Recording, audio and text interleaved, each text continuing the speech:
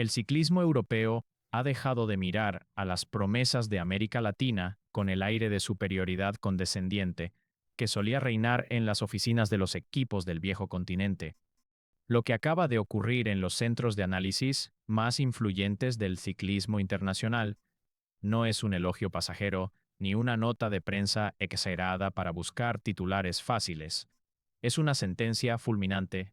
un dictamen unánime emitido por los analistas y directores técnicos más experimentados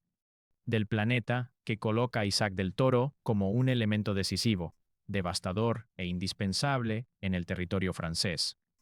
Europa ha comenzado a temblar ante la cruda realidad de los números y la potencia que este joven competidor está desplegando sobre el asfalto.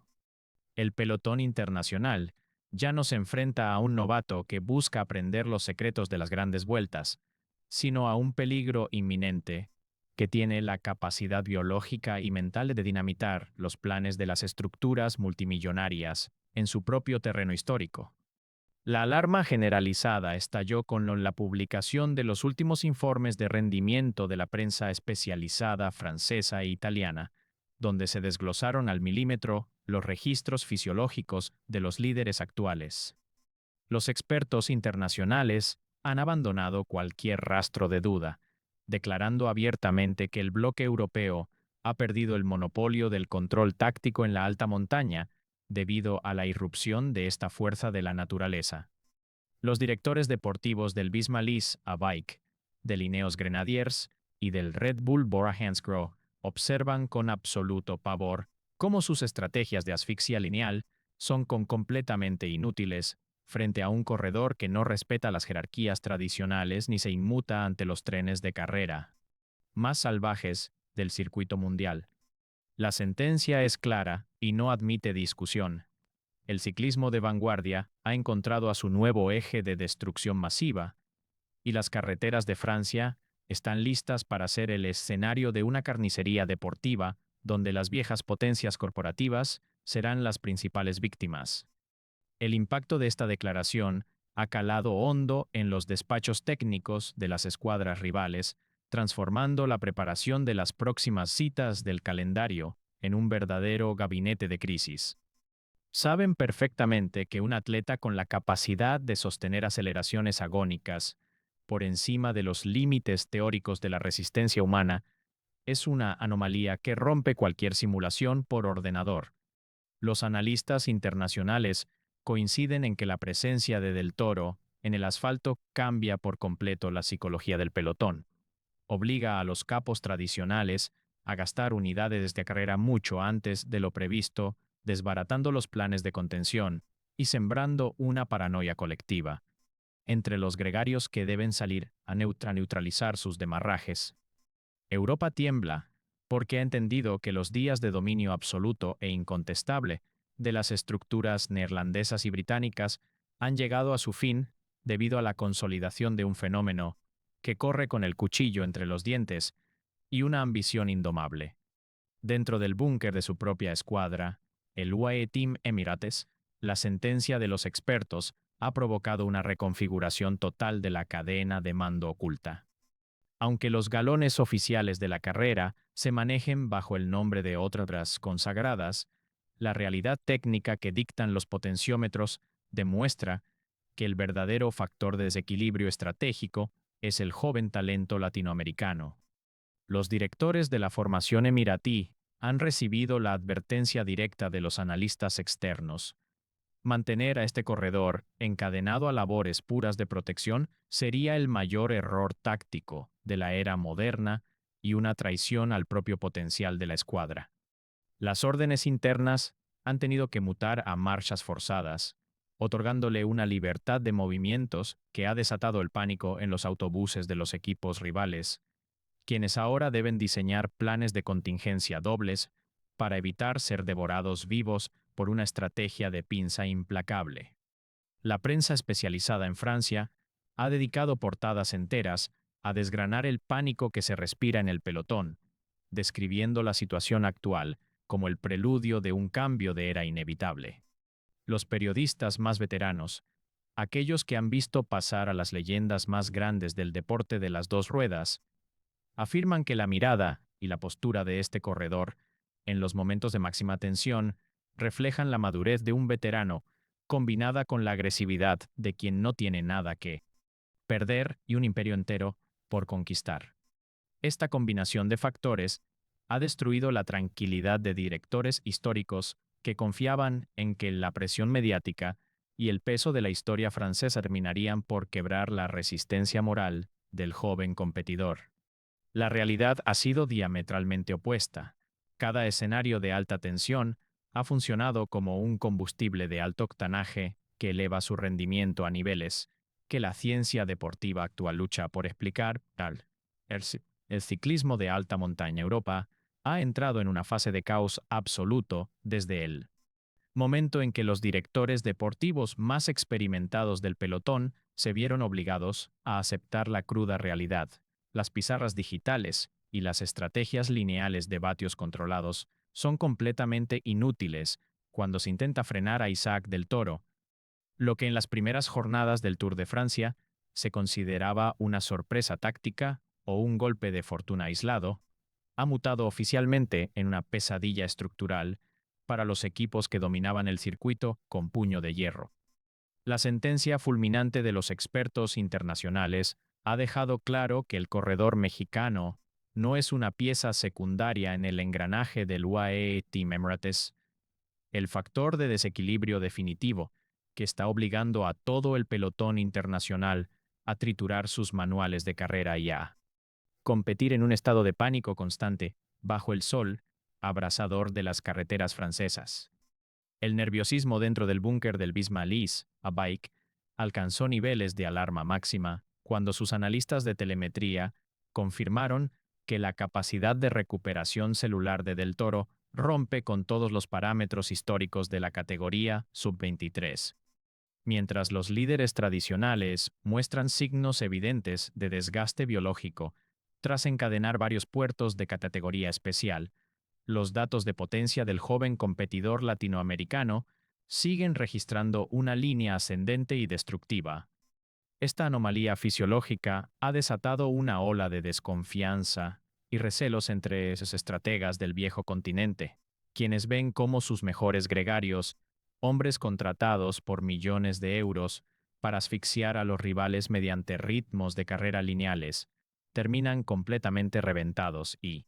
descolgados del grupo principal a las primeras de cambio, en cuanto el mexicano decide ponerse al frente y endurecer el paso en las rampas más verticales.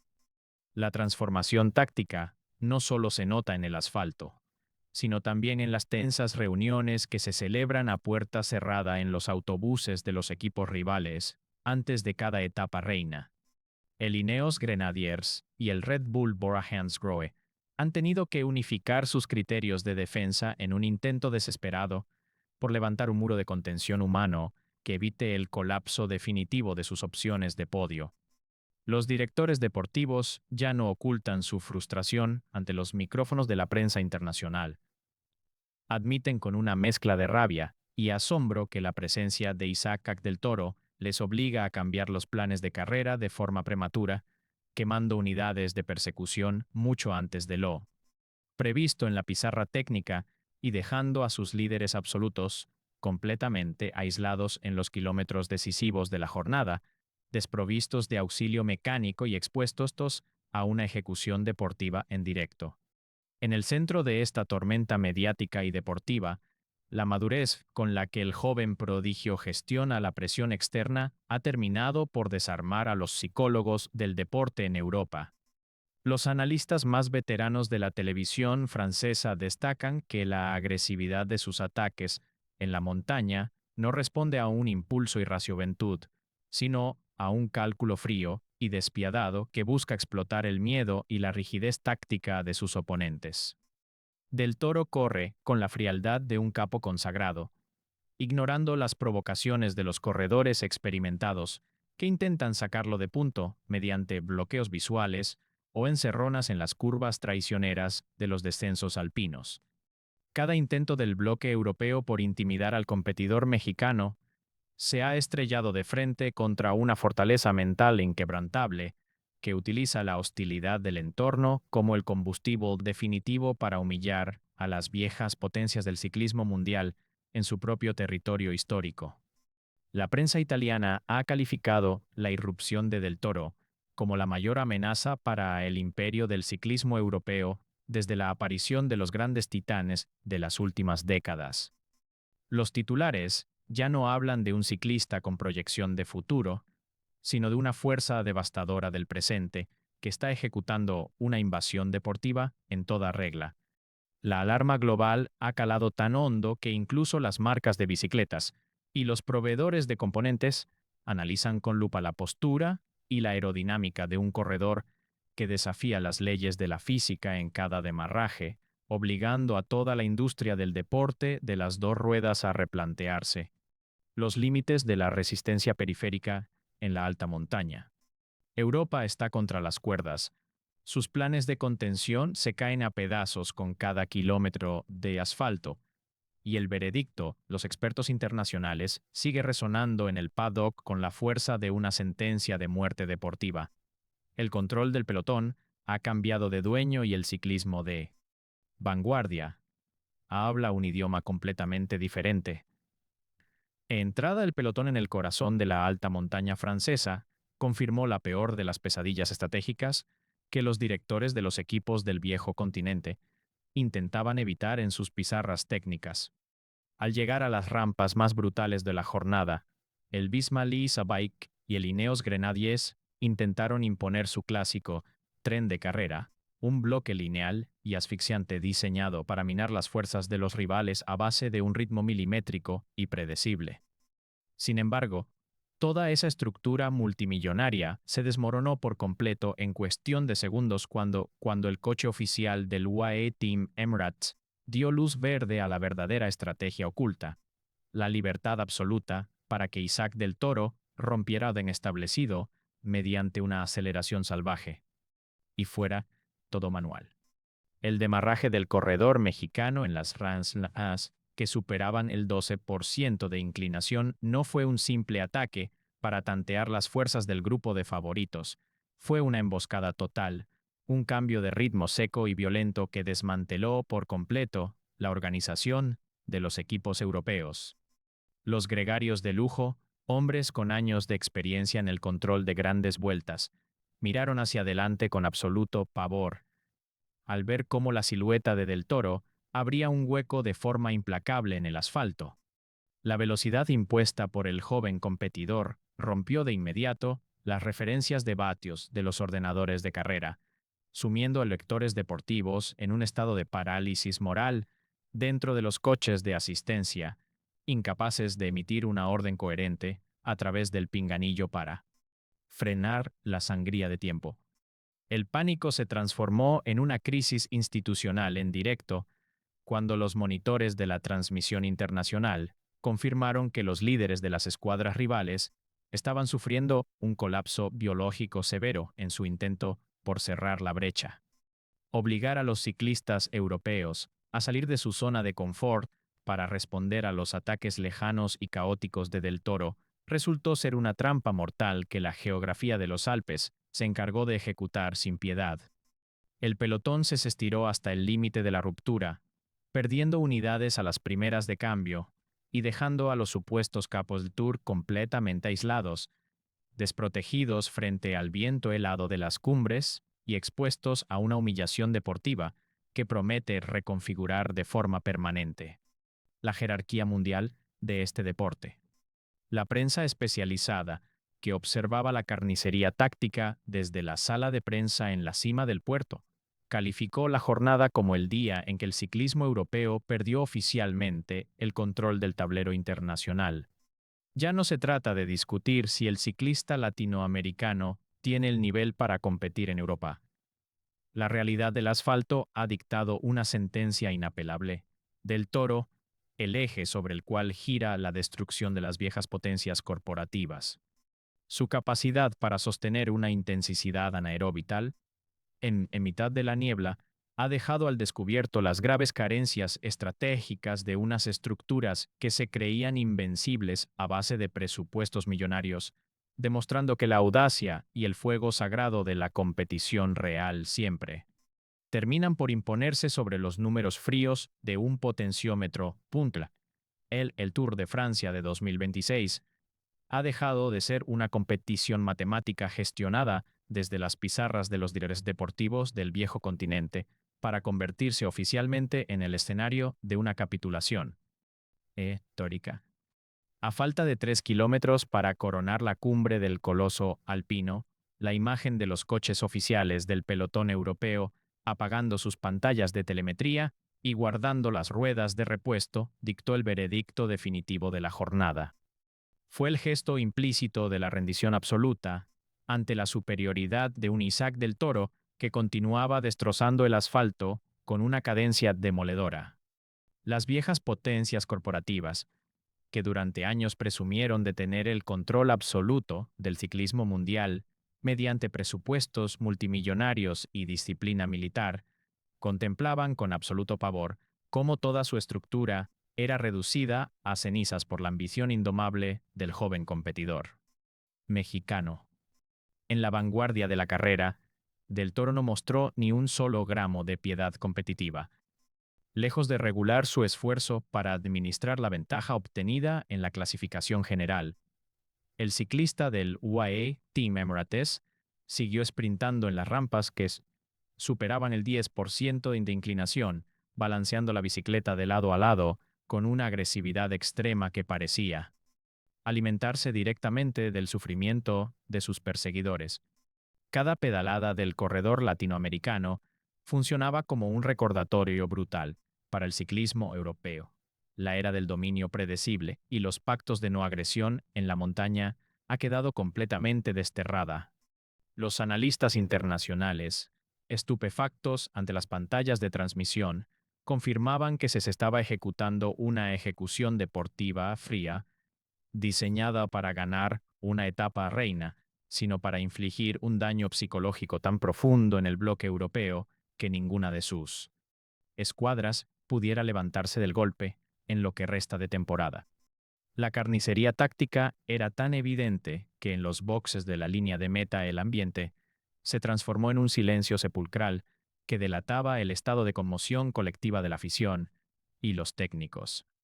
Los directores de las escuadras tradicionales, que antes de iniciar la jornada se paseaban por el paddock con la soberbia corporativa de quienes se creían dueños de la verdad absoluta, observaban los monitores oficiales con los rostros desencajados, incapaces de encontrar una justificación técnica o biológica al colapso masivo de sus corredores estrella. Los líderes del bloque europeo cedían minutos enteros con cada metro de ascenso, perdiendo la referencia visual y el ritmo de carrera en medio de una densa niebla alpina que parecía esconder el fin de su propio imperio deportivo. La soberbia de querer encadenar el talento de los competidores a los números fríos de un ordenador se había estrellado de frente contra la realidad de un ciclista que corre con el cuchillo entre los dientes y que ha obligado a toda Europa a arrodillarse ante su ley. Cuando la pancarta del último kilómetro emergió entre la bruma helada de la cumbre, la diferencia de tiempo registrada por el cronómetro oficial ya era una losa insalvable para las aspiraciones del viejo continente. Isaac del Toro había dinamitado el Tour de Francia de 2026 en una sola tarde de furia y genialidad estratégica, forzando a los capos consolidados del pelotón a arrastrar las piernas en un pedaleo agónico y humillante. Los rostros cubiertos de barro, sal y frustración de los competidores europeos, al cruzar la línea de meta, confirmaron que la persecución había terminado y que el trono del ciclismo mundial se ha desplazado de forma permanente, abriendo paso a una nueva jerarquía salvaje donde la audacia dicta el destino de la gloria y donde los tiranos del pasado han quedado completamente desarmados ante el avance implevo del nuevo monarca del asfalto. Los últimos 300 metros de la etapa reina en el Tour de Francia no se midieron por la potencia que dictaban los ordenadores de los coches oficiales, sino por la capacidad mental de resistir una agonía física que rozaba los límites de la supervivencia biológica. La densa niebla que coronaba el puerto alpino se convirtió en el escenario perfecto para el desenlace de un drama mitológico, donde las siluetas de los corredores emergían entre la marea humana como espectros de una guerra deportiva sin cuartel. Isaac del Toro, manteniendo una cadencia brutal y una frescura física que resultaba insultante para la altura de la jornada, cruzó la línea de meta en solitario, levantando los puños al cielo y lanzando un rugido de rabia contenida que retumbó en todo el valle. No era solo la celebración de una victoria de etapa, era la confirmación de que la brutal emboscada ejecutada en las rampas previas había alcanzado su veredicto definitivo. El mexicano acababa de liquidar el Tour de Francia de 2026, destrozando el orden establecido y obligando a sus máximos rivales a arrodillarse ante la ley del más fuerte. Varios minutos después, en medio de un silencio sepulcral que delataba el estado de shock colectivo de la afición, la silueta desfigurada de los líderes del bloque europeo apareció entre la bruma del asfalto. Los campeones tradicionales, con el rostro cubierto por una mezcla de barro, sudor helado y sal, cruzaron la pancarta final, arrastrando las piernas con un pedaleo pesado y agónico que reflejaba el vacío absoluto de sus reservas energéticas. El cronómetro oficial de la carrera dictó una sentencia fulminante. La brecha de tiempo era una losa insalvable que dinamita por completo cualquier opción matemática de pelear por el maillot amarillo en lo que resta de competición. Ver a los monarcas de las estructuras del viejo continente colapsar sobre el manillar de sus bicicletas inmediatamente después de cruzar la línea, desprovistos de fuerzas incluso para soltar los pies de los pedales, fue la imagen que confirmó el fin de una era en el ciclismo contemporáneo. La maquinaria perfecta del control de vatios había sido triturada sin piedad por la ambición visceral del nuevo rey de los Alpes. Las consecuencias de este día histórico han encendido las alarmas y desatado una crisis institucional de proporciones épicas en el seno de los equipos rivales. Las reuniones de emergencia en los autobuses, tras la carrera, no fueron para analizar los tiempos de recuperación, sino para buscar culpables ante un colapso táctico que ha dejado a sus máximas estrellas completamente desprotegidas en el momento más crítico de la temporada. Las comunicaciones internas de las escuadras neerlandesas y británicas se convirtieron en un hervidero de reproches. La incapacidad de los directores deportivos para anticipar el movimiento de Del Toro y la parálisis moral de los gregarios de lujo han dejado al descubierto las graves fisuras estructurales de unos equipos que se creían invencibles. La soberbia corporativa de querer gestionar el Tour de Francia desde una pizarra digital, se ha topado de frente con la genialidad de un líder dispuesto a arriesgarlo todo en el territorio del peligro, abriendo una grieta psicológica que promete fracturar la convivencia interna de las escuadras de cara a las primas grandes vueltas. Por otro lado, en el búnker del UAE Team Emirates, el ambiente era de pura euforia y de una satisfacción contenida transformar la dinámica de las próximas etapas.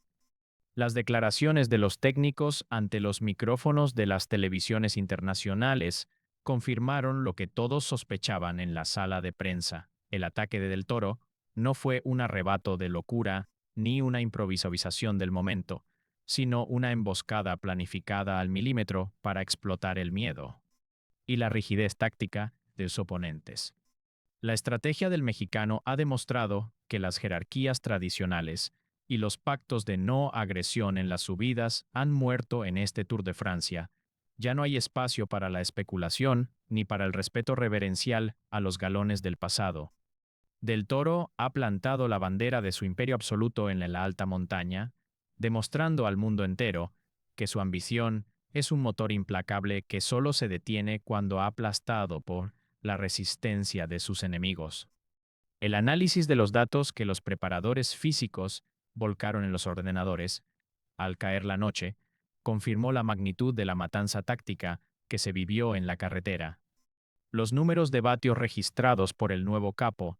durante los kilómetros de la subida final fueron calificados de extraterrestres por los analistas especializados, Un despliegue de fuerza bruta ante una incógnita terrorífica para el resto de los equipos. ¿Cómo se puede competir contra un corredor que es capaz de mantener una intensidad anaeróbica, insostenible en la subida, y destrozar el pelotón a voluntad? El desgaste agónico sufrido por sus rivales en su intento por contener la fuga del mexicano ha de secuelas físicas severas que se cobrarán una factura letal en las próximas jornadas de alta montaña, transformando el resto del Tour en una lucha desesperada por salvar los puestos del podio ante la voracidad de un líder que no piensa levantar el pie del acelerador.